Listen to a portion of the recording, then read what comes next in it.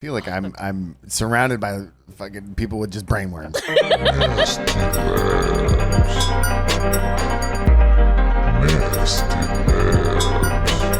Welcome to the Nasty Labs podcast, part of the HyperX Podcast Network. We're the podcast and game studio Chuhai Labs, where we talk about games, game devs, Japan, and whatever else comes up. And as always, we're your hosts, Kinsey and Mark, so open yourself up a Chuhai and let's go! Open yourself up a Chuhai. Thanks, Kinsey. You nailed that. Also, what is whatever else comes up? We've never really discussed what that is. Can you elaborate a little bit? I mean, in real Nasty Labs history, it's mostly been food. Oh. To be fair, I mean, that's kind of what it's been. Kinsey, we have a guest today. Who the hell is our guest today? I believe I'm the first returning one. Oh, shit. Sorry, Kinsey. Hell yeah! That was your line. First returning guest. I'm really excited to welcome yet again Liam Edwards. Yay. Hello there. Hello there. Hello. Hello there. Well, Liam, we got a lot to talk about today. We've been a busy beaver. We really have. I mean, I'm very tired. We are exhausted. Making games is hard, it turns out. Yeah, people really do not lie when they say making games is hard, because it truly is. But it's also hella fun. Hell yeah. I think we should just get right into this show today. Because you only brought me here for one reason. Oh, what's that? You know why. Okay, good. So let's get back. So, Kinsey, what's happening in today's glorious episode? So, as always, we've got a great episode lined up for you. We're starting, as always, with what's up, with what we're playing. We're doing something a little bit different with the main topic this week, and you'll hear that in literal seconds. Then we're on to the news, and then, as always, we'll answer your questions on Discord. Hell yeah. Coming soon from HyperX. The Cloud Alpha Wireless gets up to 300 hours of battery life, so you'll spend less time charging your headset and more time charging into the action. Hear audio cues with pinpoint precision thanks to the dual chamber drivers enhanced by premium DTS Headphone X spatial audio. Up to 300 hours of battery, 2 chambers, 0 wires. The Cloud Alpha Wireless. Available soon at HyperX.com, HP.com, Amazon, Best Buy, Micro Center, and more fine retailers.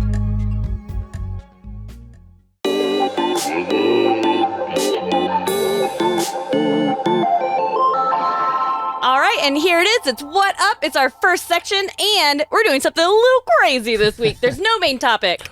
We're just going to gush about what we're playing a little bit longer. And I know guests go first, but returning guests, I guess, go last. Yeah. So, Mark. Oh, shit. What are you playing? First, I want to say, Liam, thank you for returning. That's okay. I lost my privileges as a guest. Yeah, it's kind of the way it goes. You're not a guest anymore. Once you add returning in there, it's like... You're part of the furniture. We said that off camera, by the way. I'm a second-class citizen. Yeah, you are. That's fair. So, I've been playing Infernax. Infernax is a 2D side-scrolling... Castlevania-like, Metroidvania-like. It's not the prettiest game in the world, but I'm not saying anything. Yeah, it's this pixel art Metroidvania game. It's basically Castlevania 2, and I'm calling it Dork Souls. Dork Souls. Well, because I've never played Dark Souls, but I have a sneaking suspicion it's like draws a lot of influence from it because it's brutally hard. Okay. There's not a lot of save points, and it doesn't force. You don't get a lot of context. You don't know where you're going. You basically have to brute force your way all throughout the entire game. Okay. I don't really have a lot to report on it. I'm really enjoying the shit out of it. But the one thing that I really like about it, so it's basically Castlevania 2. The one thing I really like is, if you die from any enemy, it appears that there's a unique animation, like one that only exists for that enemy, like every single one. Oh, that's cool. So that's so much work. It's gotta be. It's gotta be. That gives me a headache just even thinking about that. And I'm gonna head a tad into spoiler territory. There's this one spot in the game, and that looks remarkably like Castlevania 2. And it's that Castlevania 2 scene where you have to go and kneel for 10 seconds. So I went and knelt for 10 seconds. Because I had also heard about this one spot. But a tornado came and it killed me. and then it said, Mark should have learned to never have knelt in that spot for 10 seconds. Nice. Yeah. And that was just it. It was just game over right there. Nice. Like it wasn't taking me to that secret spot like in Castlevania 2. It just killed you. Yeah, and I also know that there's a Konami code reference in the game. I haven't tried the Konami code. I'm doing my best to not look anything up. I really want to like enjoy the game, like I would have if it was Castlevania 2 back in the day. However, I'm lost. I'm very, very lost, and I feel like I don't know where the hell I need to go. And I've spoken to a couple of other people playing it, and they're also lost. But I am enjoying All it. lost together. Yeah, I am enjoying the hell out of it, though. That's cool. It is going to be my as soon as I beat this game, I'm going to buy Elden Ring. I've never played a Dark Souls game, so I'm kind of looking forward to this. People are saying it's the game to get into if you haven't played Dark Souls. I don't know if that's true. I guess we'll find out later. Yeah, I'm going last. So. Huh. Surprise. Also, just a quick question. Yeah. Is the Japanese bureaucracy system Infernax? Hey, get it? Yeah. Japan likes The whole time I was staring at the word Infernax and I couldn't stop thinking Infernax. Oh, yeah, it is like that, isn't it? Also, I don't get the name Infernax in the slightest. Is it Infernax or Infernax? It's Infernax. Infernax. I don't get it yet. But I'm liking everything so far. And if you didn't know, which Kinsey will find out very soon, is that if you live in Japan, it is an eternal hell of faxing. Faxing, stamps. Ooh, heard that a lot. I wish you could take a Morning Star, which I assume is the weapon in Infernax, and smash fax machines with it.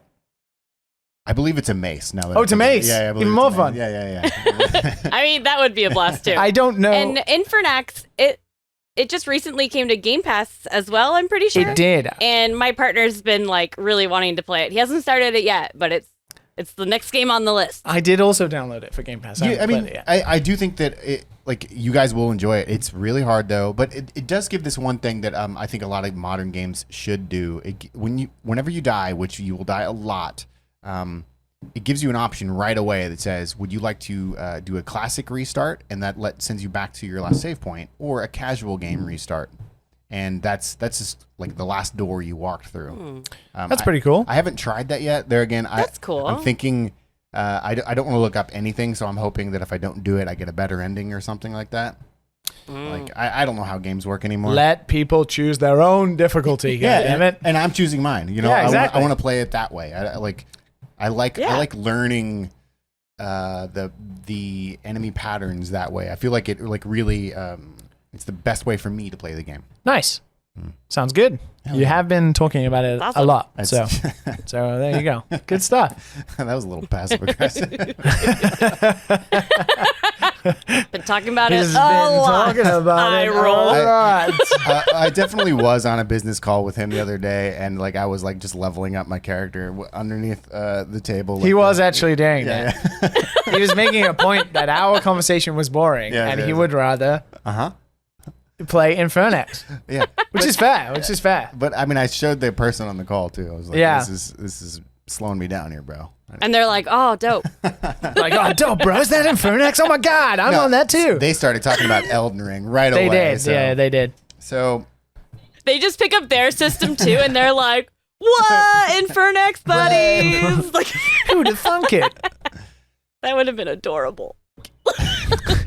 Kinsey, what are you playing? So I've been playing a ton of Pokemon Legends, and I know I talked about it last time, but since then, I beat it. Whoa. I started doing the post-game stuff, and then announced on Pokemon Day just about a week ago, they announced some free content for it. So even though just days ago, Mark and I were talking about what game I was going to talk about on the podcast, and I was like, I'll go on Game Pass and I'll find a new one. But then Pokemon was like, would you like content? And I was like, yes. So I started playing the new Pokemon Legends Daybreak content. And so far, I've been really enjoying it. I don't want to spoil too much because I liked that I didn't really know that much about it going into it. But it just gives you some more requests and you get to investigate some stuff with Mai and her Munchlax, which I think is really fun and cute because Munchlax is adorable. And it adds some new like items, and the new request makes it so it changes the like shiny rate a little bit. And do you get more or pretty less? Yeah. I only got one shiny, so I played it. I played it also for a while, not the update, but I played the game for a while. And one of the first Pokemon I got was like a shiny Drifloon. And I'm like, this is the first ever shiny I've ever got in Pokemon, and it had to be a Drifloon. How lame. And Drifloons, like, not that I've seen a lot of shinies, but especially at night, they're really irritating. They're like the Paris of the night. And calling like, something they just fucking follow you everywhere. And calling something a shiny is kind of a bit of a misnomer when it's honestly a dirt green version of that Pokemon. It's like he looks like dirt. Well, it'd be shiny if it was still like a pixel version because it would have the little twinkles next to it. That's true. That's true. Nope. No. Not now. It's a shame. So you said something that I thought was pretty interesting. The game came out when? Like a month ago? Yeah. And less than that, man. Mm-hmm. Less than that. It's like really, it wasn't long ago, but they're already dropping DLC within, like unannounced DLC within 2 weeks, 3 weeks. That's pretty. I mean, these days that's becoming a bit more standard. Yeah, for sure. But unannounced. Yeah. Like it was unannounced, yeah. But I mean, that seems so exciting. Yeah. That's such like a great marketing tool. I mean, of course. And then the other thing was that alongside that, they announced the actual new Scarlet and Violet Pokemon, right? Yep. We'll get there. Nice, don't worry. Nice, yeah. I played the game. I thought it was pretty good. Pretty good. I haven't finished it, and then another game came along. That's an open world game, right? That but I was having fun. I really enjoy Pokemon. So okay. Good stuff. Yeah, I just like how like fluid everything is between catching and battling, and like it all just like feels a lot better and a lot more like joined together. Because I feel like Pokemon, like older Pokemon games, or actually every Pokemon game but this one basically in the main line, like I would get to a point where I wouldn't battle as much and I wouldn't try to catch things as much, and my Pokedex would basically never get filled because I got tired of the battles. Like I would battle literally only to level up my Pokemon, and then or the battles like the trainers you can't walk by without triggering, like, and I would like ride my bike or whatever like all the time just so I wouldn't get into battles. But this way I feel like I enjoy like the catching of the Pokemon like way more than I do the battling. That's really in this one I don't have to battle them to catch them, and I love That's really interesting because I do like it, but the one thing, and I honestly have no idea how they could solve this problem, and I'm interested to see what they do in Scarlet and Violet, which seems to be carrying on the open world thing. For me, the only thing I did feel about Arceus or Arceus, however it's pronounced, was that it took away the specialness of catching Pokemon. Like, when I caught a Pokemon, it became a part of my team. It became like a member. Like, everyone remembers when they played, Gold or Blue or Silver, whatever, or even, Sapphire, Ruby, and all that. I got this one Meowth, and I named it Joe, and, Joe stuck with me till the end. Like, Arceus kind of does away with that because you catch so many Pokemon, and you catch so many of the same type of Pokemon. You catch so many versions, like 8,000 versions of Ladybird or whatever, right?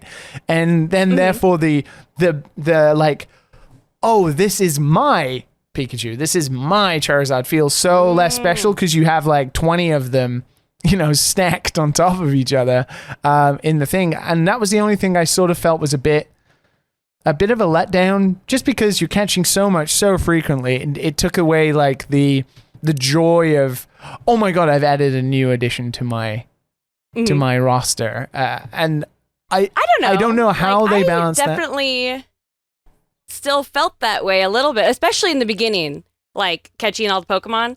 And I definitely had like 2 or 3 Pokemon in my party that I just like wouldn't trade out.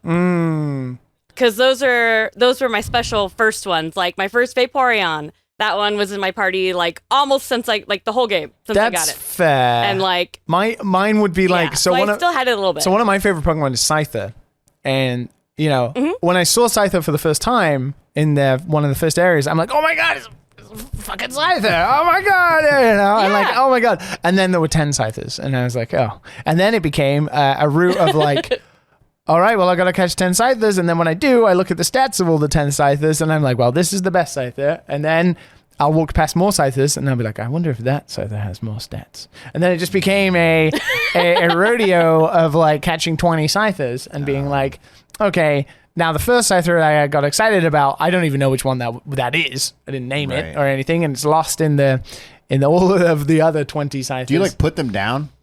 What do you mean, like beat them down? No, like when you're done with them, like when you have 20 Scythers, you're like, they all go to like some weird farm where they go to the farm. They go to the farm, honestly. Right. Yeah, they do. Well, you the can ranch or whatever. You can release them from the farm, and when you release them from the farm, you get like the like grit gravel and grit dust and stuff. So you can like use all of that to invest into your favorite Pokemon. So you throw the garbage Pokemon away, and you're like, yeah, give me them rocks. See, I'm gonna make my other Pokemon strong. See, I just kept them at the farm. Just kept them at the farm. I do like the idea that you are building the first Pokedex. It's a really cool system, and I like these tasks. Safe to say the tasks are not the most extensive things in the world, so it's not like you're the most interesting of things, but it was a really unique spin-off, and fair play to Game Freak for trying something new and really, I know it was probably making it a spin-off and not a mainline title allows you to experiment and get away with it without people getting too angry. Sure. Mm-hmm. Yep. Moving aside from the fact that I think the game looks butt ugly as hell, but, and it's kind of inexcusable when you have that much money to make video games. You're also a hard man to please. It's both. That's true. That's very true. It's a bit of both. Yeah. There are times when it looks beautiful. Yeah, because that didn't bother me. Like, I know last week we did talk about the weird low frame rate when things are out of view. Yeah, they're like slow like, animations and... Yeah, like sometimes it'd be like this, like I said last time, like a majestic Gyarados off in the like distance flying, but it's like fucking juddery 5 as frames shit. a second. I think the problem and I'm like, is, yeah, I like that jank one. I just think the problem is that when you have that much money and you are one of the large multimedia franchises on the entire planet in history, it's kind of inexcusable not to invest in your fan base to... It's not that they're cheaping out and doing it. It's that they're not investing in... As game devs, we can look at it from another perspective, which is, well, whatever engine they're using to make these games is so decrepit at this point that they can't. We've seen games on the Switch run incredibly well. Xenoblade Chronicles, the remaster is fantastic. That open world looks amazing. They got the freaking Witcher 3 working on that thing, right? It's not impossible. Yep. And even Breath of the Wild 5 years ago looks better than this game. Right. But there are moments in this game when... It honestly reminded me of when I worked on GTA 5, which is, slapped on wall textures that are decals, not actual like 3D textures and stuff like that. And like, cave walls that like are literally just triangle polygons with a texture painted on it. And I think when you have, it's not, no game dev wants to ship something like that, really. Everyone wants to do the best they possibly can. I just think, I hope that the management of the company realizes that they can't get... And even looking at Scarlet and Violet, I was still feeling like, damn, you guys didn't learn your lesson. But that's already been in development in tandem with Arceus, so that wouldn't excuse it. But I hope there is from some of the, not backlash, but some of the feedback. That has happened off the back of the visuals of Arceus and also the technical, the frame rate and stuff like that. I hope they do move towards, making that open world Pokemon game that we all think. One thing you can never... One thing you can never criticize them for, the Pokemon look great and the animations look great. And they put a lot of time into that because that's the part you care about a lot. But yeah, I do hope... Usually I don't care about graphics. Sure. It's all about the gameplay, but there are resistant points sometimes. Yeah. I did notice when I got further in the game when you get the bird where you can fly. That's really where I started noticing like textures coming in really late. Like I didn't really notice it as much before, but with the bird, when you're like above everything and you can see way farther in the distance, you're like, ooh, no. Yeah, it made us laugh because even here in the office when we were watching the original trailers and the announcement, a lot of what they would do was the sweeping vistas and that kind of thing. And that was arguably like, you really shouldn't be showing this. Like, it doesn't look good. It's not a good selling point. The battles and like the moments where you are like down on the ground and you're in the grass with Pokemon, that's when it looks great. But to sell, of course, that looks really good. The open world nature of it, you have to show these sweeping vistas. The problem is that open world vistas are basically empty. empty mountains and empty textures. But it's a pretty fun game. I was very surprised. It sounds like you've had a great time with it, Kinsey. Yeah. Awesome. I've had a really good time. And speaking of having a great time, what's the game I love talking about? It's Destiny 2. Aw. I've also been playing that because the new season started. So now I'm back at square one, which I always hate that feeling because I put a lot of effort into my character last season. But the good news is, out of talking about Destiny so much on this podcast, there are 2 more people in our Discord playing Destiny 2. Oh shit! That's good. Small victories. Hell, yeah. Wait, you converted people, like the peasants? Is that what we call them? Yeah. Oh, I like it. I like it. Peasants. So you actually brought some people I'm pretty on. excited.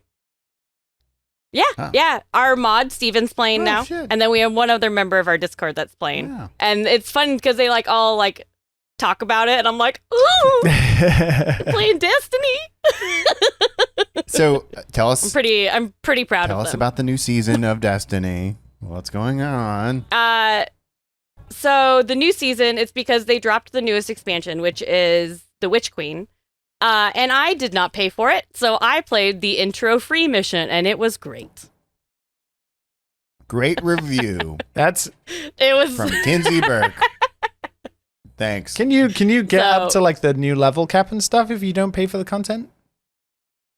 Yeah, Oh, okay. a lot of the time with Destiny, I really like the way that they do it. Most of what's behind a paywall is going to be the actual story missions in the game. Where if you just want to play the multiplayer or just do strike bounties or just go around doing patrol missions, for the most part, that's all free. And Okay. I just love the feeling of playing Destiny, so I don't Yeah. really mind that so much. Granted, after playing the intro mission of the Witch Queen and reading a lot of reviews on it saying it's one of Destiny's best missions that's ever been released, it makes me maybe want to spend that $40. And to be perfectly honest, I've talked about it so much that I probably can get $40 worth of enjoyment out of it. I mean, sounds like it. Yeah. To be fair. When Destiny 2 went free to play, what was it, 2 years ago, 3 years ago?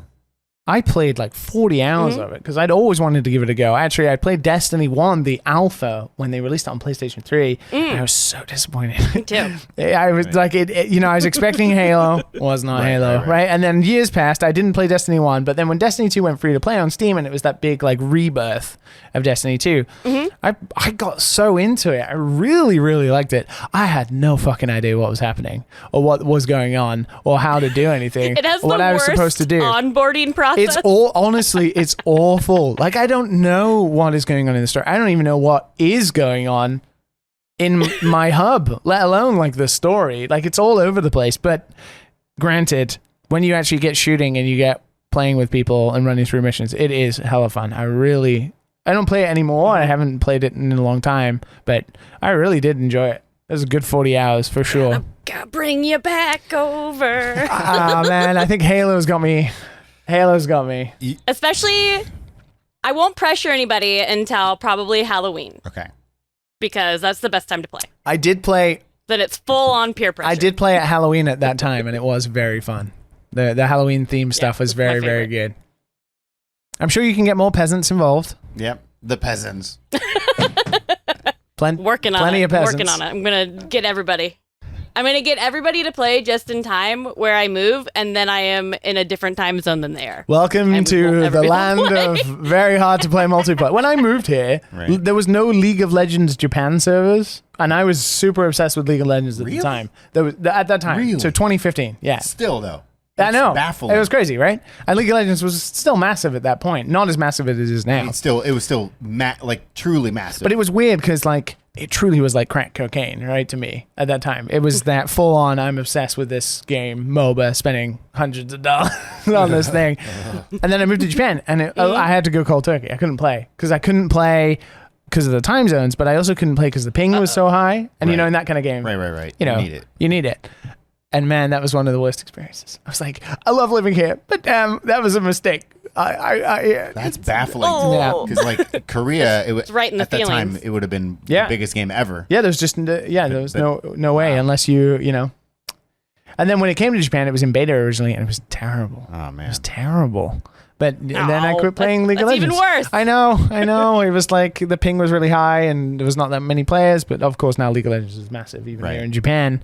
But I've not played it since, and that was kind of weird because it was like the first time I really realized, like, oh crap, I am in a different time zone. Playing games with my friends online is not as easy as it used to be.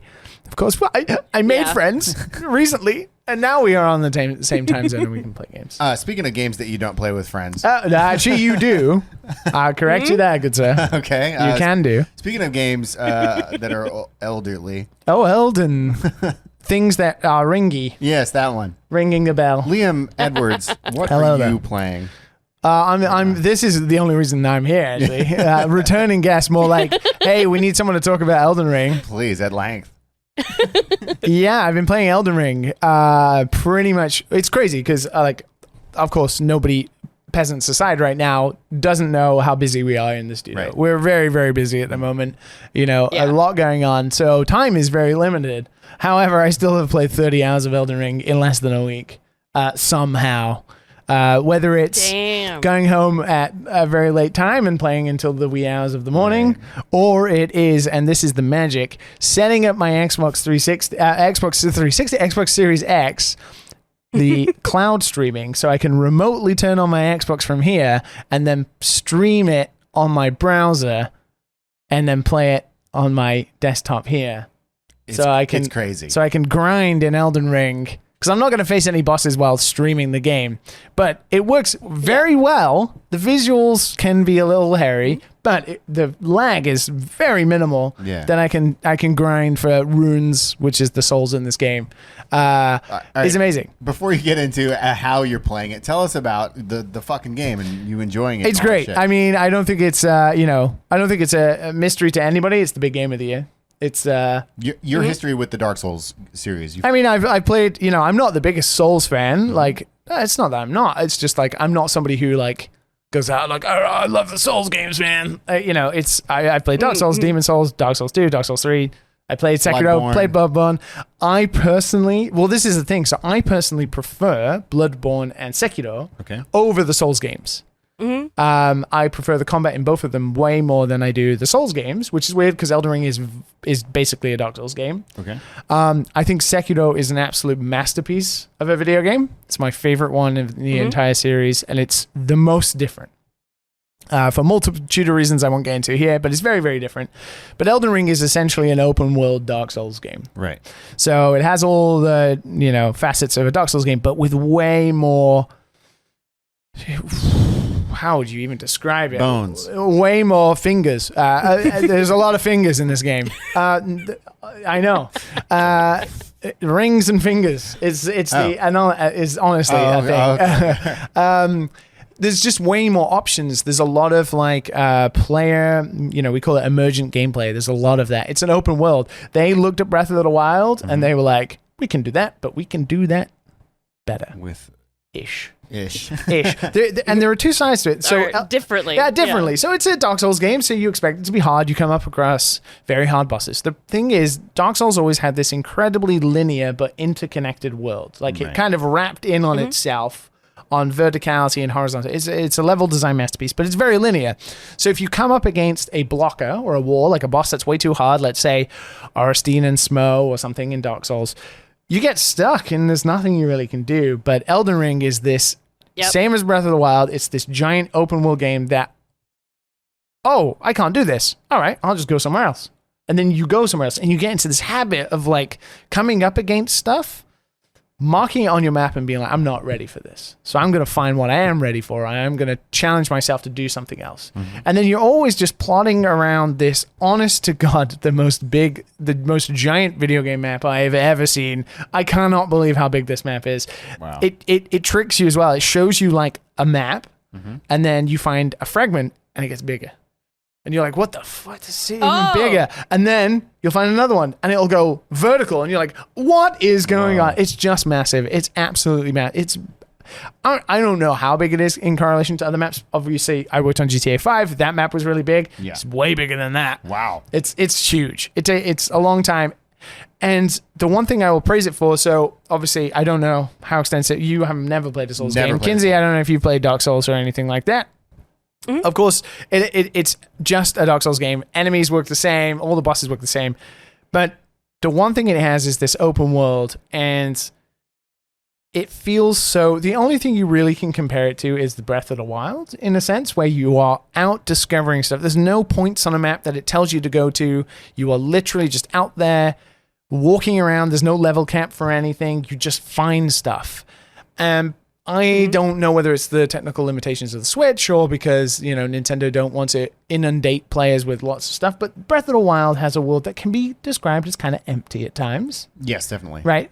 But it does do something better than Elden Ring that I'll get onto in a second. But Elden Ring's world feels so purposeful.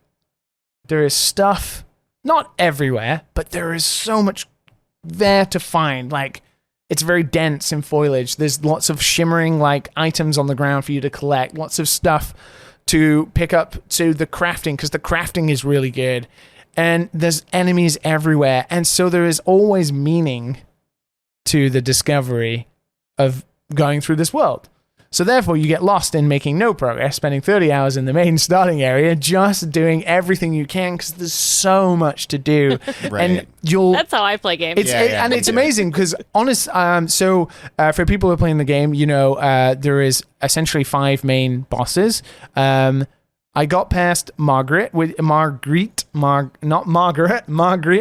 is the first big boss of the game, right? He's the one that everyone talks about on Twitter if you've seen anything, because he's the first big block. Actually beat him pretty quickly, but then after that, you go to the first main area. They call it Legacy Dungeon. This is called Stormvale Castle, and in there is a boss called Godric. And I could probably beat Godric right now because I've just gone back into the starting area, which is called Limgrave, and I've spent 30 hours doing everything I can in there. And now I'm super beefy.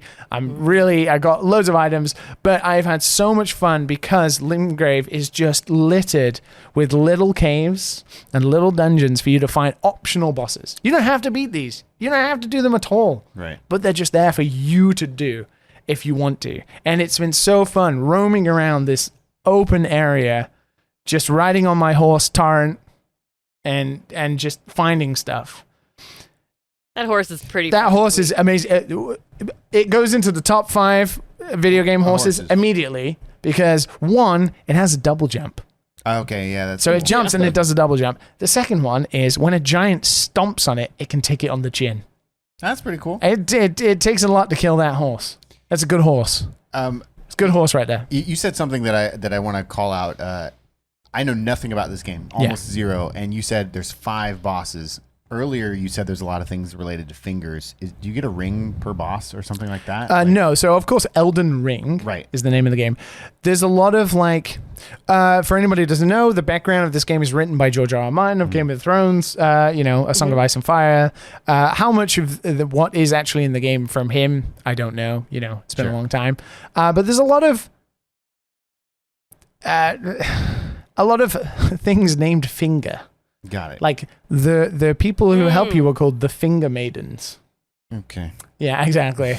It's very weird. You can get a giant finger. You can get a giant finger sword. That's kind of cool. There's a lot of things to like. Godric, one of the first bosses, he can graft arms to himself.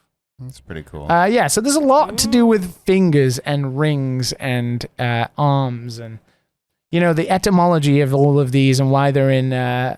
Elden Ring is not quite clear to me at this moment in time, but there's a lot of pros towards fingers for whatever reason. One of my joys right now is you and one of our coworkers, Sean, are currently playing it. And when you guys get together in the morning, you talk about what you've been doing. What we did last night. But the joy to me is it sounds like you're not saying, hey, go look this up if you need to beat this. No. You're saying this from I found this thing. Holy shit, can you believe it exists? And then he'll be like, I found this thing. Yeah. And it's amazing. Oh, that's so cool. It does feel, and I know this is cliche to say, it does feel like you're playing a game and you're discovering stuff that no one else is discovering. It's like, oh, hey, did you beat that guy? Who's that guy? Right. Oh, he's over here. Wait, I just walked past that. I didn't even know there was anything there. Right. There's a lot of that in this game. You could go and spoil everything for yourself, but I still don't think... What is amazing about this game is if you look around... not many people have finished this game. It's so massive. There are so many things in it. It's so, like, I cannot even begin to imagine how much work it took to make this game. It's just insane. It's got not the most content of any game ever, but it's up there because the content is so perfectly paced by difficulty, which is a conversation to have about inaccessibility, but because of the way the game is structured, you're not just breezing through all of it. Therefore, it makes it seem longer. It makes it seem like the build up to one boss, which is one of like 200, Right. is a special moment. And you do that so many times over so many hours, it still feels pretty special over time. It is quite a special video game. Definitely the Dark Souls series and what From Software and Miyazaki-san do is quite like a momentous moment. We don't get many of those anymore, when Nintendo maybe makes like a new Mario game like Mario Odyssey or something like that, or a new Zelda. A new From game is becoming very similar to that, where it becomes an event. And it's because of games like this, which truly are like mastery of design, pacing, balancing. Right. If you're able to play the game, I do think, dipping into the argument about difficulty and people not being able to approach it is really important. I don't think these games are infallible from criticism because they are so hard. If there is one thing that people do say, and I do actually now, having spent 30 hours, believe is true, is Elden Ring is possibly the easiest game in the series, but it's so obtuse about how it reaches that. Of course it's the easiest game in the series because you can pick and choose what you want to go and fight. And you can do it in any order you want. There's no structure where the game tells you have to defeat this boss and then this boss and then this boss, right? You can go and approach the content in any way, and you can spend loads of time getting really beefy, and then you can one-shot bosses that you should have, actually got to. That's actually what I was going to ask was how good does it feel as far as like leveling up and then being able to take on something bigger? Because I know with like my experience with the Dark Souls games is basically that I am bad at them. I'm bad too. I played a little bit of Dark Souls and a little bit of Bloodborne, but like Dark Souls, I was so bad at it, mainly because I'm not great at like a lot of button timing type things, like a lot of like when you have to dodge right at this point in order to not die. That I started playing Dark Souls just where you don't wear any armor. Oh, the wretch. Just so you can move faster. Yeah, so I started playing that way, which I actually got slightly farther than I did wearing anything. Well, I was not great at it. Well, that's the thing, right? I think it goes back to the obtuse nature because it's all there. You just have to find it, right? Like, there is a way to break these games. Like, you could put all of your stats into intelligence and faith and arcane, which is all the magic stats, and the magic spells ruin every boss and every enemy in the game. Everybody kind of knows that the way to break From Software games is to use magic. But a lot of people are attracted to the big swords and the other stuff, and then they make you heavy, and then your roll is bad. But the balance of all of that is there in your stat sheets. It's almost like reading the D&D manual. You have to just look for it. The problem is the game doesn't tell you. It's not that it's not there, it's just the game doesn't tell you. So it's upon you as the player to figure out what it is you want to do. Whether it's to wear like low, not heavy armor so you can move fast, but then you'd have to probably move into magic or daggers or something that's less heavy. If you want to deal huge melee damage, then you're going to have to carry big greatswords where you're going to have to then, up your endurance so you can hold, big weapons and still move pretty quick. It's just that the game doesn't tell you how to do those things. So it's up to you to investigate. I think the thing about what makes these games special and how we got to this point is that some players did that early on, told everybody else about it, just stick with it, and then everybody now knows, right? Everybody now knows when they approach these games is that you have to do the reading, you have to pay attention. Everything is kind of purposeful, which is really, really nice. So, I'm especially this time around, because even when I first started playing Dark Souls and stuff like that, I played it just like a typical action game, like I would Bayonetta or something like that. And I got, I got kicked the shit out of, and that's not the way to play them. And I couldn't get around the thinking of like, I just want to play a video game. I just want to play buttons, and hit things. it's not like that. It's almost like a weird dance. And when you watch people play, they stand and they wait and they wait, and the patience, and then they parry or they roll, and they it requires a lot of that. And if you're willing to do that, then it's there. I think the thing about Elden Ring is you can spend a lot of time just going to easy areas, getting comfortable, and then you can approach other content. It's way more approachable, I think, than the other games, but it still requires you to get over understanding that you will walk into areas where you will just get beat, like one-shotted, and then you'll think, fuck, this game is too hard. But that's just because you walked into a bad area. Yeah. Right? It's not like Dark Souls where you walked into a boss room and you're like, I can't go anywhere until I beat this boss. Therefore, I have to beat my head against this wall over and over again, which I understand is not that fun. Whereas in Elden Ring, it's just like, I'm going to turn around and go completely in the other direction, and I will find something. And I think, like, that's what's really been, like, okay, so when this game was announced and released, I was like, I'm not going to get it. I'm horrible at Souls games. I already know I'm bad at them. This is how it is. And the more I hear people talk about it, and I watched some reviews on it, and I normally don't go through this extensiveness of watching reviews and reading things, because I'm like, I think I might like this game. And the more I hear about it, and the more that I do love that if you get to a place where you're like, fuck, I can't go any further, there's other places to go. Because I think that was one of my biggest hangups in Dark Souls, that I literally got to a point where I just couldn't go any further, no matter how many times I tried to beat that boss. And this sounds a lot. It's not that it doesn't alleviate, because those walls are still there. It's just that the ability to build up to them is a lot more flexible, and there's a lot more freeing. And and because bosses and mobs are all over the map, you can experiment with different weapons. You can die and not worry about the punishment. There's a lot more. There's things called these Stakes of Marika, which are kind of like checkpoints outside of difficult areas, so you don't have to respawn all the way back at a bonfire and then travel 10 minutes to get back to that point and then die again. So there's a lot more little things like that. It still misses, quality of life stuff to make things better for people who are less abled, or for people who just want to experience the game, especially as it's an open world one. Understandably, there is the argument of the creator's intention versus something else, which is entirely fine. But the biggest praise I can give it is because you kind of know this about me, and other people who've listened to the Dad and Sons podcast will know this about me. I procrastinate playing games a lot. I will be super excited to play a game, but I will watch YouTube for 4 hours until I ever turn it on. Yeah, he does that. It's weird. And play it. And then I'll play it, and I'll play it for 10 hours, and I'll have a great time, and then I'll drop it, and I'll never play it again. I'm very happy to buy games and then play them a little bit and then move on. I very rarely complete games. Every time I have a spare minute, I want to play this game. Because I love that feeling. I want to see what's in the world. I'll get to a checkpoint and I'll be like, I want to go to that point on the map. I want to do this. It's exactly how I felt with Breath of the Wild. And it's engrossing. Once I start playing, 6 hours can pass. On Saturday, when I had free time to play, I played all day, and and just time passed. I'm not looking at the clock being like, I wonder what else I can do today.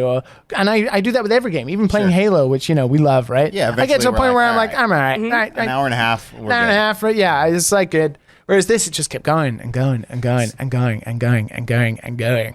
So, how many hours? You're 30 hours in now. How many hours would you say you put into Breath of the Wild before you decided to beat the game? Because that's a decision. You have to agreed.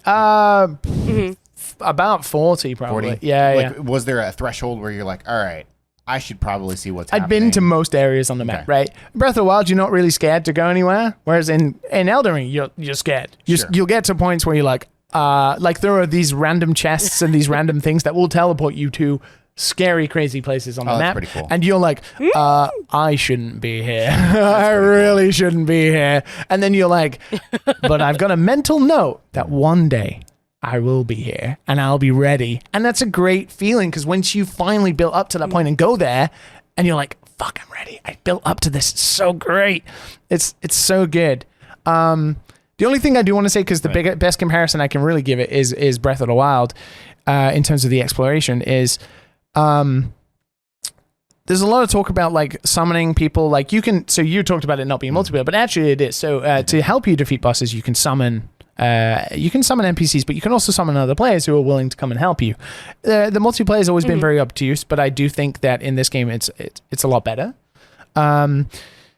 And people kind of like shit on people for summoning. Like they're like, "Oh, you should fight the bosses by yourself." What's it do? Well, you can summon another player to basically two-player a boss. Like you could summon me if I had the game. Okay. Yeah. And then you can help me beat this boss, which is, for some people, oh, that's way too easy, right? And it can be. Right. But, it's an intentional design. You're able to do that.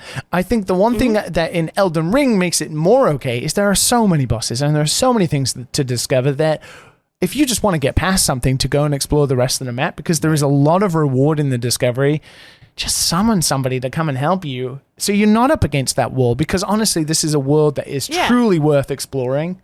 It's really like one of the first worlds where I felt like I really want to like find everything. I want to see every crevice. Breath of the Wild is like, it's I great. love that feeling. But yeah, open world video, like The Witcher, I just walk on the main path because when I go in the forest, there's nothing there. Right. But in Elden Ring, there's like a hole with a cave and you jump down it and then there's like a 20-minute dungeon. You're like, how the fuck is this here? It's literally hidden. Like, there's nothing on the map to suggest this would be here. Most players are going to miss it. But some level designer spent a week making this, and there's 50 of those in the main area, and then there's all these bosses. There's so many things to discover. It's honestly quite engrossing. And then you get those talks with your colleagues or with your friends that is like, did you find this? Did you get this? Did you get that weapon? Did you try this? I'm doing this. And it's magical. He likes the game. It's honestly I understand these. What? No. I understand the reviews that call it a masterpiece, because you can. It's not infallible from criticism. I think, the game can be too hard and there are problems technically, and it is a gorgeous game, but it runs like crap sometimes. The only thing I will say is, in terms of open world comparisons, and honestly, I won't digress on this for too long, is that it still feels like a video game world. It still feels like... Is that a good thing? Yeah. I mean, you understand that this is the checkpoint at the start of an area that will lead into a hard area, right? Whereas with Breath of the Wild, it felt like one cohesive world. Oh, like, you have mentioned this to me. Like, it felt like I'm walking from one land to another. Right, it does. And I've always felt like Breath of the Wild, and this is, some people will understand when I say this, some people won't. Breath of the Wild felt like I was outside. It does, yeah. Whereas when I play Elden Ring, it feels like I'm playing a video game. It feels like I'm playing a video game world. It runs on video game structures and video game rules and logic. Whereas Breath of the Wild has this weird magical ability where its title, Breath of the Wild, you feel that breath of the wind and everything. Right. It is you outside in an outside world. And Elden Ring doesn't quite capture that. It is a very purposeful world, which makes it feel more video gamey because the things are there for you to explore. Whereas when you go outside, you don't know what you're going to discover. You could go to a field and there'll be nothing. And I think Zelda kind of captures that by its emptiness. Is a bit of like, we do this on purpose, but also is because we can't add that many things, right? But because of that, the byproduct is just that it feels quite magical to explore Zelda, because you'll go 10 minutes without seeing anything, and then you'll find something, and it's like, wow, that was worth it. Yeah. Whereas Elden Ring is like, there is stuff everywhere, but the joy of the discovery is that you feel like you're the first person to ever have found it. Like, there is this dungeon down a hole. Oh my god, I can't believe there's a cave here. Oh my god, I can't believe it. But there is stuff everywhere. Well, I felt that way about Breath of the Wild. Exactly. So Exactly. I think in Elden Ring, it's even more so. It's like heightened a touch. And yeah, it's great because like all open worlds, if you want to bypass areas, you just walk around it. You just find the other path, right? This boss annoying you, just walk around it. Go somewhere else. I think I need to get down to brass tacks here. How many Kinseys out of 10 are you going to be giving this game? How many Kinseys am I allowed out of 10? Well, there's 10 Kinseys. Yeah, but is 10 Kinseys? I don't know. Is giving a Kinsey to a Dark Souls-like game a good thing or a bad thing? Yeah, I'm exactly. not sure. Hey, man, go for it. I feel like I'm being painted into a bad corner here. No, improv this. I would give it. What's your rank? It's 9 Kinseys in America, but it's 10 Kinseys in Japan. Oh, I see. Okay, don't explain it. I know.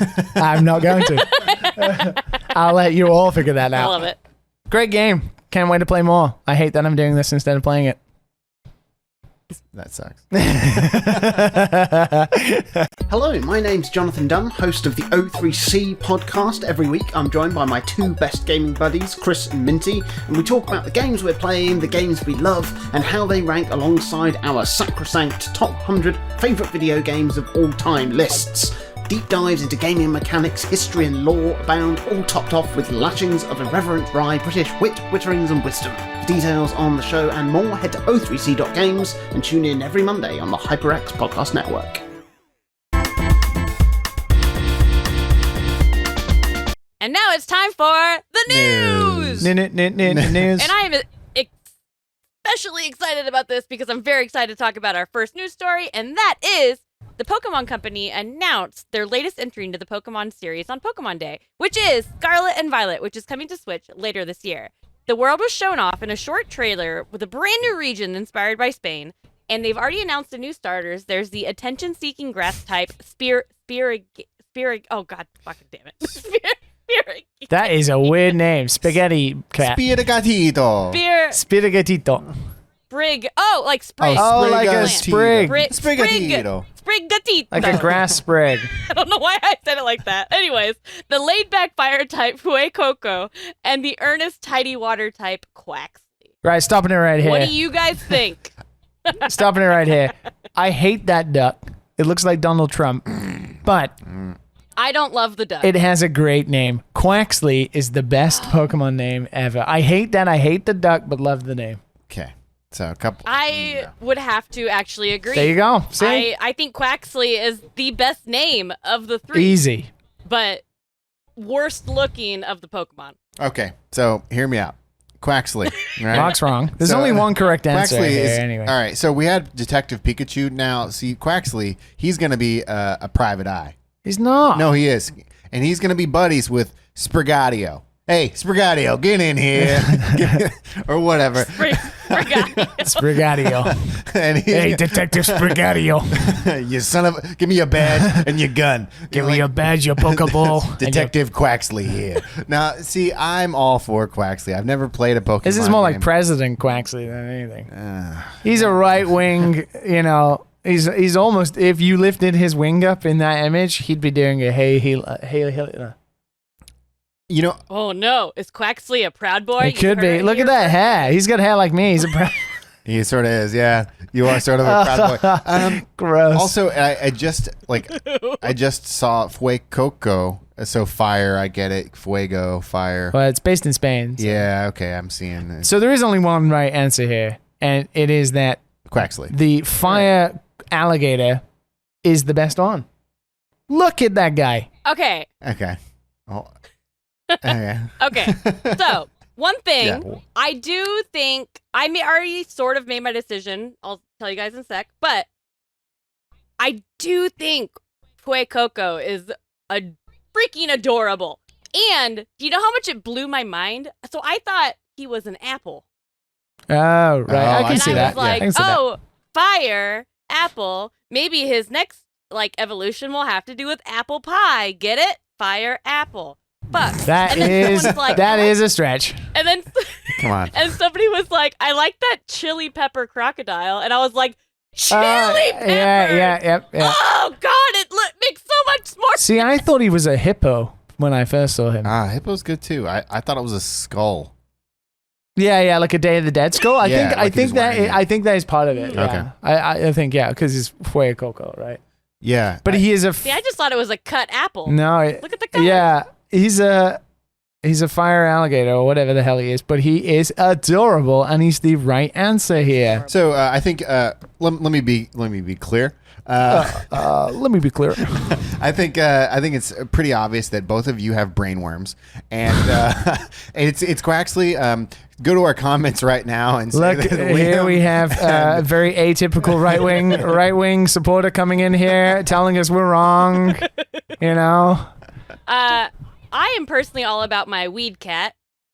It's got like a weed leaf on its face. It's got red eyes. See, It's weed cat. Honestly, I thought the cat was Love the him. second best, and then yesterday the guys here were pointing out to me that the cat is just a very generic looking cat. And do you know what? The more I look at it, the more I think you're right, and the more I actually think it's the worst one visually. I think the duck is a love right-wing that politician, but that cat is kind of The only boring. thing I will say is that I typically pick the leaf starter, but sometimes Wow. it changes. Well, you were abused as a because child. A lot of, Bulbasaur, me and Bulbasaur, we type, bro.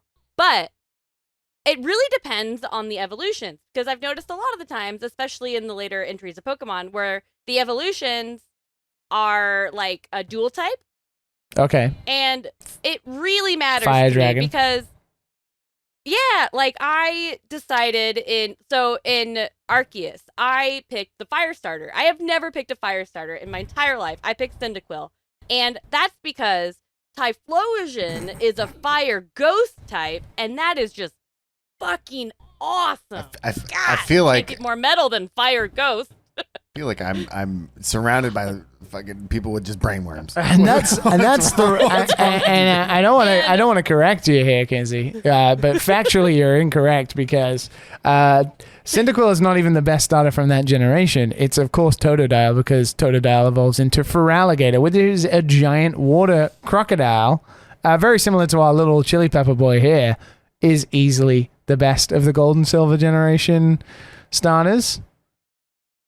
Good point. I've never picked Thank the you. water starter, but I really Neither have wanna I. see That's the only where- one. That's where the this only goes. one. Yeah, because I like my weed cat and my chiligator a lot. I like both of them a lot, but if I can't decide, I would lean leaf. But I need to see the evolutions, because I have a That's true. sneaky suspicion that my weed cat, because I can't say its name apparently. Sprigatio. Sprigatito. Sprigatio. Sprigatio. I do like that. Sprigatio. Very Italian and not the right language, but I do like it. Hey, it's a little Sprigatio. Got a Hey, certain hey. thing to it.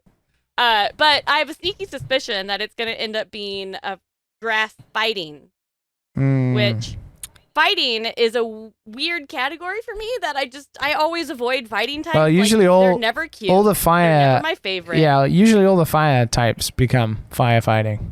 There's a long history of starters. Yeah. What was it? Tepig, Emboar, Blaziken. Mm-hmm. They all became There's a lot of firefighting. them, Yeah. and that's why I was so surprised with This is why you don't get an opinion. Hisui and Typhlosion. But it's going to depend on where these two evolutions go, because I'd say they're tied, but that's not exactly right, because I do like my weed cat, but it will depend on where it goes from here to me. All I'm thinking now is I want to smoke a Sprigatito. Like, hey man, let me take a hit of that Sprigatito. A fat Sprigigo. Damn, that Sprigatito Kush is crazy. I like Sprigatio. Oh man, I just got pulled over for having Sprigatito in my car. And they gave him red eyes. Oh, That is true. blazed up, dude. Not that Japanese people know anything about weed. But But that's all I can think of, and I love it. I will say, so you guys, we can't agree that Quaxley is the best, but we all can It's agree just that not. it's literally the greatest name. It's the in greatest entire name series, ever. right? Quaxley. Quaxley. Quaxley That- is Yeah. It is a really good Like- name. And you know what? The more I think about it, the more I hate his face. But Yep. if you Yep. met someone in real life That looked like with that. the last name Quaxley or first name Quaxley, they're definitely like some dumb rich kid Yeah, from that looks like this. a private school. Yeah. You know what Yeah. I mean? Like, I'm surprised he's not wearing a freaking sweater vest. Well, this is the thing. Like, if you met somebody who looked like that in real life, not a duck, but that kind of duck, and his name was Quaxley, you'd want to punch him because his face is super punchable, and also he has a cooler name than you, so you'd be jealous. All right, you might not agree with his opinions or his politics, but he gets results. all right? Yeah, sure. So he's a water type. He can do anything he wants. What else? I bet he has turns. happened? I bet his dual type is water, and I hate immigrants. Booyah. Quaxley! Quaxley. Why are you a dick? Quaxley, why have you got that red hat on? Quaxley, take that off. Make Quaxley great again. He just turns to the screen, is like, Oh, Quaxley. I love it. Here, Quaxley. All right. I know that this Pokemon news is amazing, and we meaning Liam and I could talk for much longer about it, but there is other stuff happening in the world besides Pokemon. Hit it. Believe it or not. And that is Tokyo Game Show announced its 2020 2022 show will be in person. The last time this event was held in person was in 2019. Like many shows and expos around the world, they revealed their theme for 2022. 2022 is not a tongue twister, Kinsey. But it's going to be Nothing Stops Gaming. Well, I mean, I guess except for COVID in 2021 for 2 years, 2020. yeah. But Nothing. But it'll be held on September 15th through the 18th. And although they also stated that young kids will not be allowed due to vaccination status and only a limited number of tickets will be available, it's still happening in person in Tokyo, kind of, because Tokyo Game Show is outside of Tokyo. I'm very happy about this news. Sure. Mark, you will know why. too. Not because of the show. Yeah, It's because we get to go to Tokyo again, Yeah, we and get to everything see that our happens friends. around the show is much better than the show. 2019, I didn't set foot on the show floor. No. I was too hungover because we're hanging out with our friends And all night. All night, every day for that It's week. so much. Tokyo Game Show, is as we say to people, Tokyo Game Show is the best show in the world for reasons not related to the show. yes. I love it. It's great. Like, you go to PAX, it's great, right? It's a great week, but PAX itself is also pretty good. PAX rules. PAX rules, Yeah. something we'll get onto in a minute is also the rules for many reasons around the show, and that Tokyo Game Show is the best week for hanging out and meeting cool people who are in town, expressly for that show that then do not go to that show. Yeah. Hell yeah. Tokyo Game Show kind of sucks. Yeah, it does. It kind of sucks. But please invite us. Yeah. But also being all the way in September, I'm really hoping that the borders open just for tourism. Granted, people might be able to get short-term business visas to go to Tokyo Game Show, but that's just a whole nother layer of hassle. So I'm really hoping so that way some of our friends of the show Right. can come down and see us, Yeah. and it'll be fantastic. I can't wait. But Which actually, the same exact thing goes for the next. yeah, but really they should save their money in September And come in August instead. for what, For what? Kinsey? So 2022 marks the 10th anniversary for everyone's favorite Kyoto Indie Games Festival, Bitsummit. Give it up for And they just Bitsummit. announced that this year's Give It Up for Bitsummit. Give it, Good give it, timing, give it, 'cause give it, give it, I give it. will be there this year. I think I he's know I giving said it up last for year, but I will Bitsummit. be there this year. Oh, Give it up for I think he's Bitsummit. literally giving And they up. just announced. Give it, Okay. give it up for winning awards at Bitsummit. For listeners, Liam just ran off the yeah. screen and he got his award that he won last year. We won. Yeah, well, okay, I know, but you went and received at the stage for what was the Technically, it's Excellence in Game Design Award, so that is actually me.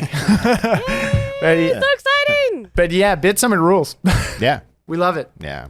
I'm so excited to go this year. I cannot wait. They announced that it's going to be August 6th and 7th, with one day being business only, and the other day is going to welcome general attendees for the first time since 2019. Yes, 2019. yes, and we will be there again. Pretty freaking excited. Yeah. Hell yeah, we will. It is kind of weird. It does feel like it's our it's like our home. I mean, it is. It's like if you're a sports team and you have like a home game at your stadium. Well, That's what it feels like. I mean, it is that though. It is that, It right? is like- It is a weird. It's kind of hard to explain. Yeah, but to people, yeah, okay, to explain so- to people, it's kind of so, hard know, to why we get so excited about it, Not only is it in the town we live in, which is very helpful. not only do we know all of the people that run the show, not only do we know, Or help out in the show in your case. or help out in the show. We've just been a part of it, and there's, it's one of the greatest events. I don't know. What you gush on it? When I first went, 5 years ago, whatever, it felt like the first event that genuinely just cared about indie games. Like that's how it started, right? Japan is not a hotbed for indie games yet. Right? It still isn't. It's this mixed in culture with the doujin scene and stuff like that, and there isn't like what we have with the indie game scene, but also indie game business in the world, which is its own problem. There's a dichotomy between that and now our business, what we kind of do.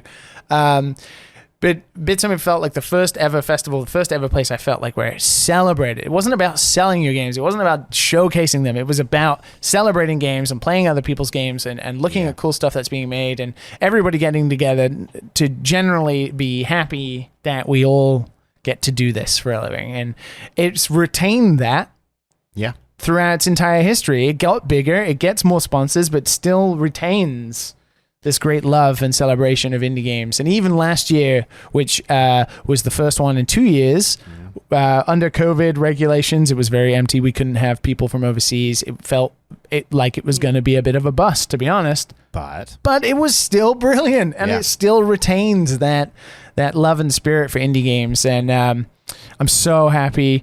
The only thing I'll criticize is it's in August, which is easily the hottest time in Japan, and fucking sucks.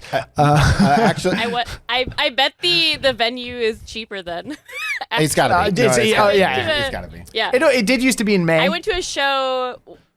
Oh, that sounds a lot nicer. But I went to a show in Phoenix once, and it was in August. There's only one reason that it was in August, because it's Phoenix is a dry heat. Phoenix is nice. August here is not. We have the word mushiatsui, which basically means sweaty hot. My first time at Bitsummit, I say this all the time, but it was the first time in my entire life, and this is gross, that I could smell my own crotch. And it was... Which is weird, because we smell his crotch every day. But I could smell it. Finally, I'm like, oh, goodness me. Now that's... Wow, that got pungent. Ooh, boy. It is. Now that's what mushiatsui means. Yeah, that is mushiatsui to its T. And it's going to be great to get mushiatsui all over again with friends and game developers. And it's great because we do see a lot of like weird Japanese kids making weird games who basically just don't tweet about it. They don't do anything. They've been making this game in their bedroom or whatever for like a year, and they come out and they have this weird idea, and you're like, that's rad. It's so inspiring. It's really inspiring. And Bitsummit is... going back to it, is something that we are very close to because, we're based here in Kyoto. We've been here for a long time, and we've been involved with it in multiple ways, including winning awards like legendaries. Suck it. Fuck you. And it does feel like home turf. So people come to our area, and we feel the need to be hosts. Yeah, that's what we do feel. And for listeners, this broke like a couple of hours ago, so we're reeling in it. Like, oh, this is happening. This is great. Can't wait to see people again. Yeah, it's been too long, too long. And part of what makes Bitsummit great as well is actually, and something that isn't explained very well, I think, is it's one of the only places or one of the only shows in the world where Western indie developers and Asian indie developers get together. Yep. There is nowhere else that happens, and that is quite special. It's quite special indeed. Hell yeah. Props to those guys. I'm very excited for my very first Bitsummit. Fuck yes. You're going to get wrecked. It's going to rule. Oh yeah, also everybody dies at the river. Yeah. Hey Liam, what do you think of HyperX.com and all their fine retail products? Well, let me be clear, Mark. Coming soon to HyperX.com, HP.com, and more final retailers. The HyperX Cloud Alpha Wireless. The Cloud Alpha Wireless gets up to 300 hours of battery life, so you'll spend less time charging your headset and more time charging into the action. Wow. The dual chamber drivers enhanced by premium DTS headphone X spatial audio provide reduced distortion, allowing you to hear audio cues with pinpoint precision. Let me be clear, it's up to 300 hours of battery. 2 chambers, 0 wires. The new HyperX Cloud Alpha Wireless is America's favorite headphone. Now, Libama, with 300 hours of hours, what can I do? What can I do with that? With 300 hours, you could watch The Phantom Menace at least 133 times. Fill out your Pokedex on one charge. I doubt it. If not... HyperX.com.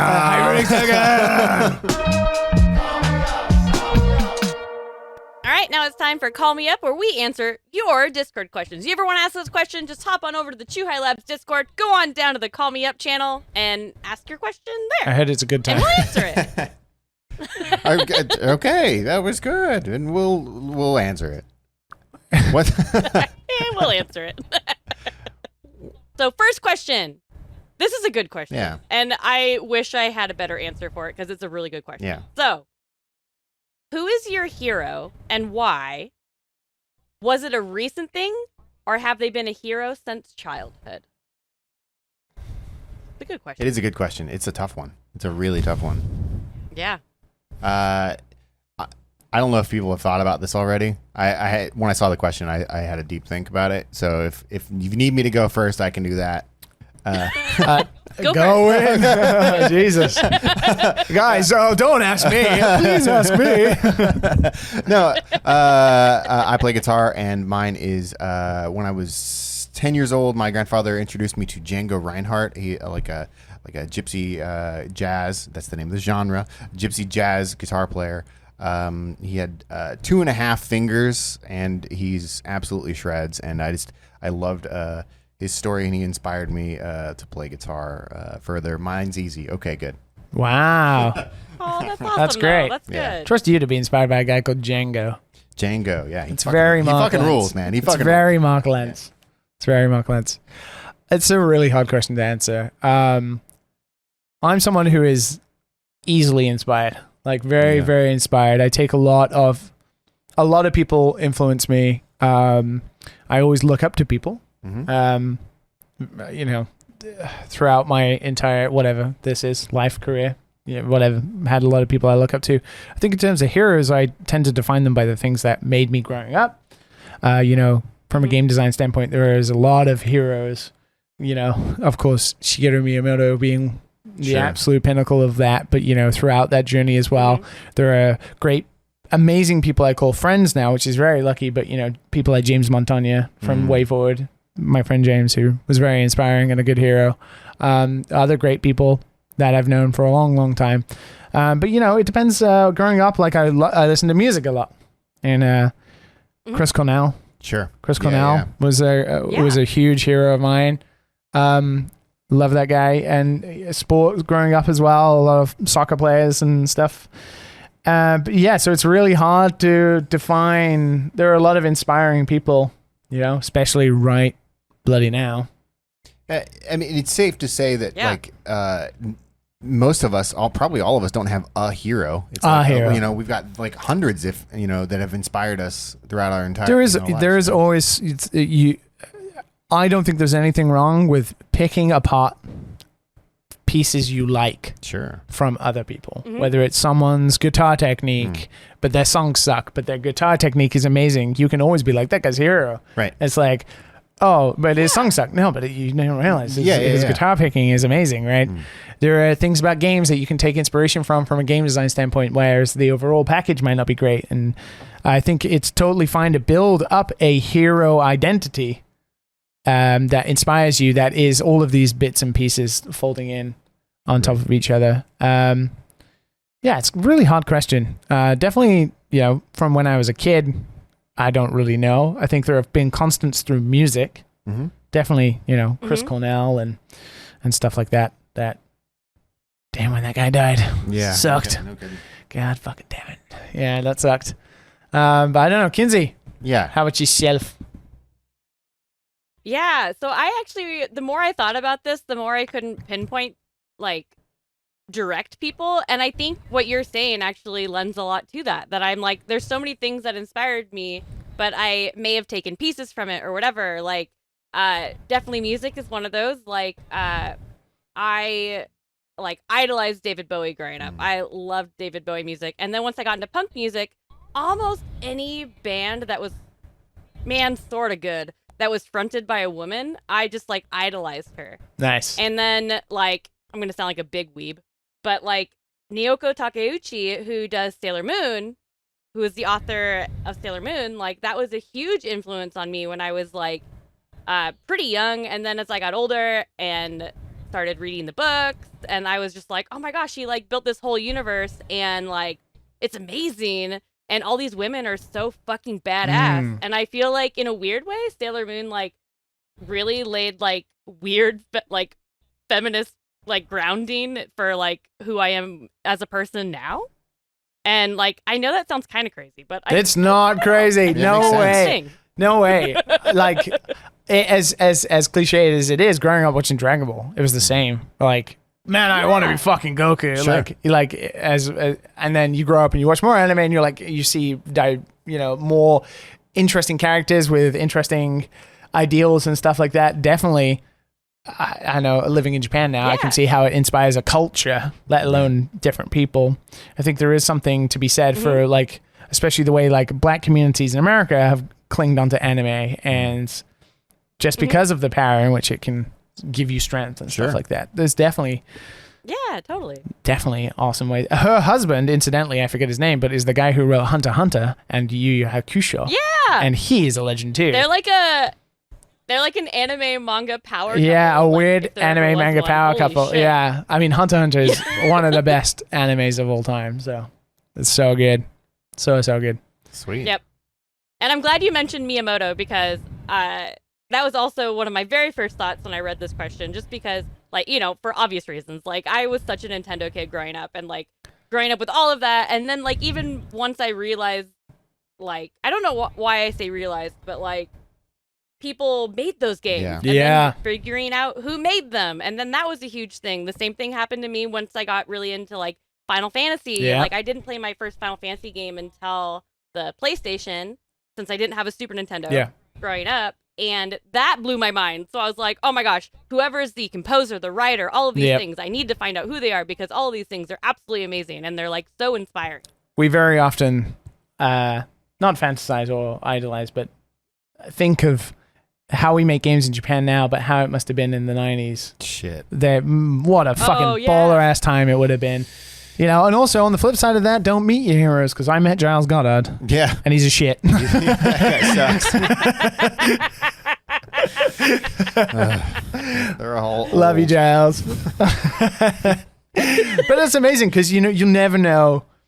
You never know where you go. I grew up reading magazines about Dylan Cuthbert and Giles Goddard, and then you end up in Japan one day drinking with the two dweebs, and yeah, I mean, it's crazy. In that case, like I beat Star Fox as a kid, and I remember those names being the first like Western names I'd seen in credits. I remember reading. Who are those guys? I remember being a kid who was born in Manchester, who grew up in Cheshire next to Chester, and reading about a kid who grew up in Chester who was making games for Nintendo. And it was Dylan, and wow, so then go on and work for him was awesome. crazy. Yeah. Don't meet your hero. So what's that next question? All right, next up, we've got, what's something good that has come out of the pandemic for you, in terms of how many of us has pivoted spending more of our lives remotely? I like this that he put his in here. It says, for me, it was leaning into Discord's communities like Chuhai and others to get social interaction and get the social interaction feeling going, and doing more movie watch parties with friends and getting goofy in chat and just having so much fun online. And I think that's awesome. I think, honestly, he kind of hit the nail on the head. Yeah. Personally. That's one of our mods, Dan Gorman, and I've been to his movie watching parties, and they are really fun. He picks the worst possible movies. I'm sure he's listening right now, and he knows this. I mean, it's all on purpose. There are some absolute gems, and I really like what he does. Like, he's also got a really good podcast. He is the shit. Anyway, what you got? Oh, mine's an easy answer. Okay. I'm an absolute nerd, and I got bored, and I made a prototype called Cursed to Golf, and that then spiraled into my entire existence right now. Shit. And that would have never happened without Corona. I just had more free time.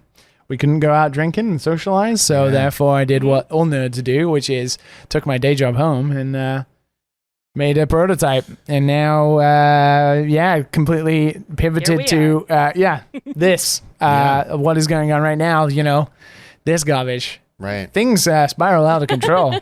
So Damn. That's easy for me. That's the good from the pandemic.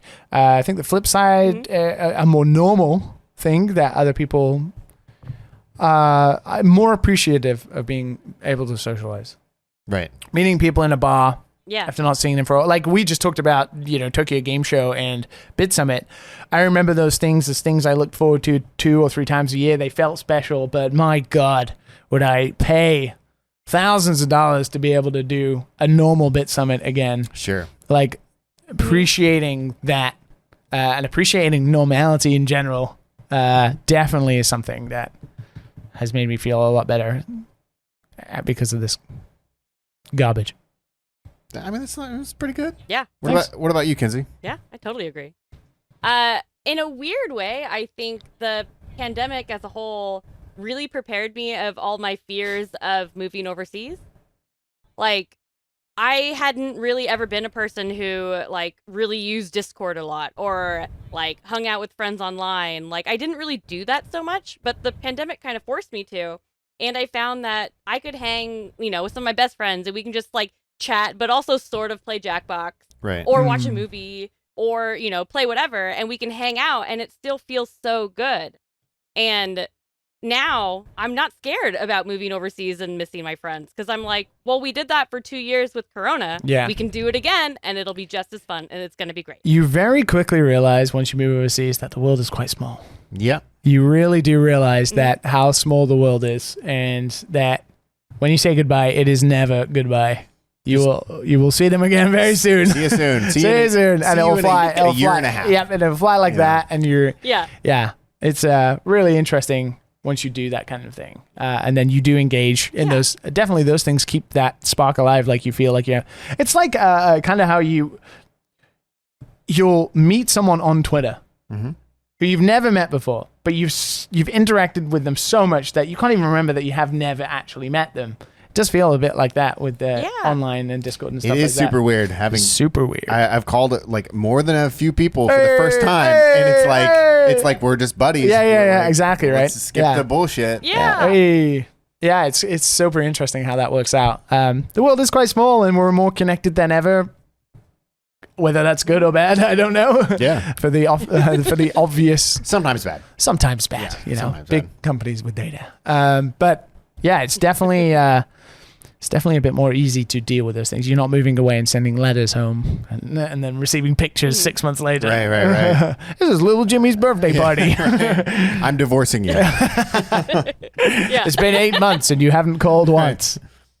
Actually, my mother could write that letter. Ugh. Damn it. Yeah, I guess. Sorry, mother. For me, something good to come out of it. I've taken up a lot of hobbies. You have. Yeah, I've taken up. I've taken up analog film photography. Like first, it started with just taking photos, Like and an then absolute nerd. Yeah. But then I really got into it, and You like, did. Like I develop at home now, and I'm gonna start printing. So cool. Pretty soon. My house smells like bleach all the time. It's my hands hurt really badly because I don't wear gloves, and because I'm an idiot. What? Yeah. Well, I just get a little on there. It just hurts a little bit. Whatever. It's just bleach. It's just really painful bleach. But It's just high half the time. yeah. The fumes. And I've taken up a couple of other hobbies. I also quit smoking. That one sucks. I hate that one. Smoking's really cool, and I miss it. But it is a good thing. And drinking. So good for you to not. Yeah, I know. And drinking. I did quit drinking last year. You definitely wouldn't have quit drinking if we were still socializing. There's no way. There's no way. Well, I mean, because it gave me a moment to to take a pause. And also, there's not that fight. Now it'd be a lot easier for you, but it's not that fight when you try to quit something, but you're perpetually in having to say no to these things, because if you go out drinking, which it's kind of hard. You probably go out drinking or you go out, but it's hard to describe kind of how like Kyoto was before the pandemic. Sure. You would have out of town guests or business guests every week. Every week. And that always requires going out to dinner, because the Japanese thing is to go out and socialize. Yep. You don't invite people around to dinner or that. You go out, you drink, you eat, and that does a couple of things. A lot of money, put on weight, and you drink a lot. It's quite unhealthy, but that's kind of the way it was. And of course, because of the pandemic, that kind of thing has gone away. So, kudos to you. It's not taking anything away, but I don't think you would have done it. No way. No way. No, well, I also wouldn't have been motivated to either. Yeah, exactly, right? There's no reason to. Yeah. This just gave me like that one. Yeah. It was you fucking tough. did it. You did it, which is insane. Much to my bullying. Yeah, he did. He bullied the shit out of me. But like that makes me stronger at the end of the day, and I actually appreciate the bullying. So 100%. Yeah. I'm still pissed you didn't fail. Yeah. For completely selfish reasons. It's all right, because Kinsey's going to come, and then she can replace you. You can go home early like a little loser, and me and Kinsey will stay drinking at the office. I mean, I have said that I will have a drink when she gets here. When Kinsey comes along, I'll See? tell That's her. my fucking deal. For every episode of No More Whoppers that you listen to, we will send you a 25-cent coupon for participating Krogers. How many Krogers are participating? None, but you're still getting the coupon. And it's like 25 cents in $1985. Right, so today that's like 28 cents. No More Whoppers. Take that to the bank and smoke it. On the HyperX Podcast Network and nomorewhoppers.com. Nasty Labs.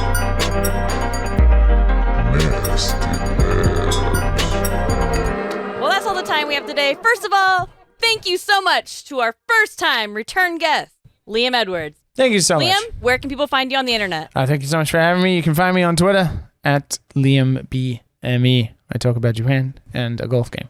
Hell yeah. You can also follow the game that he's directing. Oh, yes. Cursed to Golf Please on do. Twitter and on TikTok. More importantly, wishlisted on Steam. And we're getting there. Sorry, I just want to make sure. We say that every single time. And Just fucking wishlist it, okay? and you can find me on Twitter at TheHenryDemos. Kinsey. You can find me on Twitter, TikTok, Instagram, all the things at Kinzilla, K-N-S-D-I-L-A. And, of course, follow Chuhai Labs at Chuhai Labs on all the things. As always, get Carve Snowboarding right now. Available on Oculus Quest. WISHLIST Cursed to Golf on Steam. Halloween Forever. Available right now on the Nintendo eShop. We got games, everybody. You can buy most of them, and you can wishlist one. Yay! And as always, a huge thanks to the HyperX Podcast Network, and thanks to all of you for listening. See you in 2 weeks. Bye for now. Bye. Bye-bye.